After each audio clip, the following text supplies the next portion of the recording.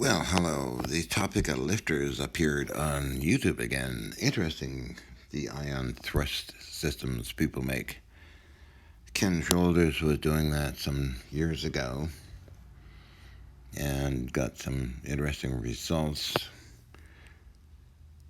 and as well as I was doing it too. Oh, I think it was 2002 or something. Ken's got a toy UFO like this. They levitated. I think he's using other methods as well. Let's go to what I was doing back then. Okay. Let's see. Where are we here? I do miss Ken. We had a good relationship and really cool adventures we had. I stayed at many of his different residences over time. Now let's go to my stuff. So back to lifters. So this is what I was doing way back then with a very thin metallic UFO. With a very thin plastic top with a LED in it. Heh. How I approached the thing was using a thin number 32 double polythermalized wire connected to 30,000 volts direct current. But the wire was a problem because when lifting it would get in the way and burn stuff, so I used a take-up reel.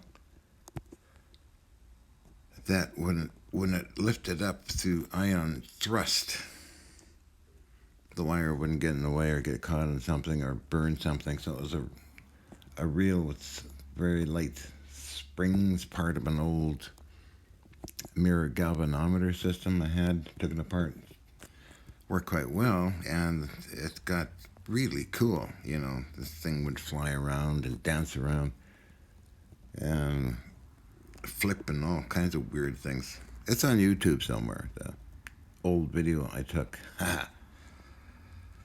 So that was cool. Now let's go to the other picture.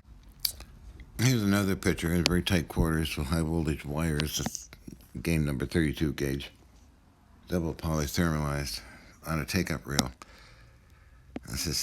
This thing did gyrations actually, and no fires. However, this got intriguing because, on to the next slide. Oh boy, this is a very bad image. It's being used yet again for a TV show, Ghost Best Evidence Caught on Tape, for Fox Television. Let's see if I can. There we go, Fox. Jonathan Frakes, Star Trek's number 1, was involved in this, along with Robert Kiviat of Kiviat Entertainment Group. It was called Ghost Best Evidence Caught on Tape. It's still on the internet somewhere, and you won't hear Jonathan Frakes. It was redone and aired again with a lady's voice, but you can find the original with Jonathan Frakes. So this thing went up to the ceiling and didn't cause any fires, didn't have any problems. It was a slow kind of lift along. It was actually spinning. It was an awesome thing. Okay, let's go to the next slide. This is another slide. Trying the wire again, but it simply didn't do much. And I tried different things. I put it in later on, put it in the target area, but it didn't do much. It would flip around, and I had my vitamin bottles flying around all over the place, and metal pieces turning gooey and falling apart. That was for History Channel. Rob Simone and Paul Stavasowski, Polar Shift Film Productions, and not NBC, ABC News. If you go to Carla P. Connection, you can see all the stuff that happened back then. Anyway, it was interesting. And really, you know, you might have a very thin wire, like I did, number 32 gauge, but if that thing is under a lot of volts, it can literally cause a big pandemonium and a lot of fire if it gets caught on something there's a lot of energy in a thin wire. So take that in mind. If you're going to do this like others have done it, be very careful. There was a French gentleman that was doing it much like this. got more dramatic results. The thing was flying all over the place. It's got to be on the internet somewhere. That's Grinnell or somebody, I forget his name.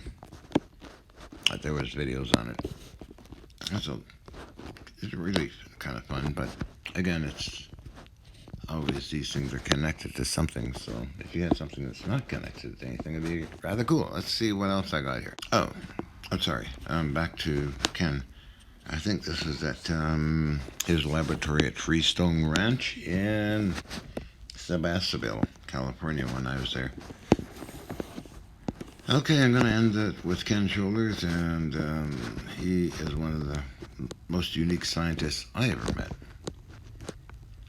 He was a doer, so take care, guys. Enjoy this information, and don't take any chances with high voltage or other crazy things like what I do.